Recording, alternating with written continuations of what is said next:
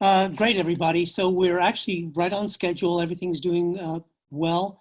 What we're going to do right now is, again, we've got our main jury, which we selected yesterday, and we've got a shadow jury. We've got a group of jurors that we're still retained because we're obviously as interested as possible in getting their feedback as well.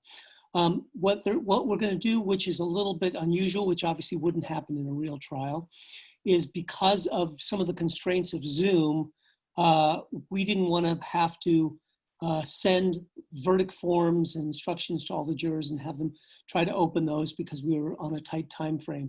So as a result, what is going to happen is that there will be basically a tech bailiff in each of the rooms, and obviously we're going to be watching the deliberations as well. So as the jurors are going through their verdict form and stuff, that will be filled out. But obviously in a real trial, we would be obviously making recommendations to a court about how to get those forms to a jury, and then obviously how those jurors can handle those forms themselves so that obviously the confidentiality of their deliberations can be preserved.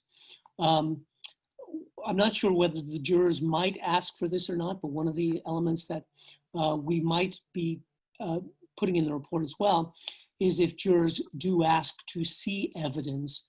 I'm not sure we'll have time for that today, but we may also need to consider, obviously, if jurors need to see evidence, they want to see the video again, how they would be able to view that or particular exhibits and then handle that themselves. We also haven't given them instructions on this, but Zoom in particular, a lot of the platforms have a whiteboard. And if they wanted to actually diagram anything out, as jurors sometimes do, that's something that they could have as an option as well.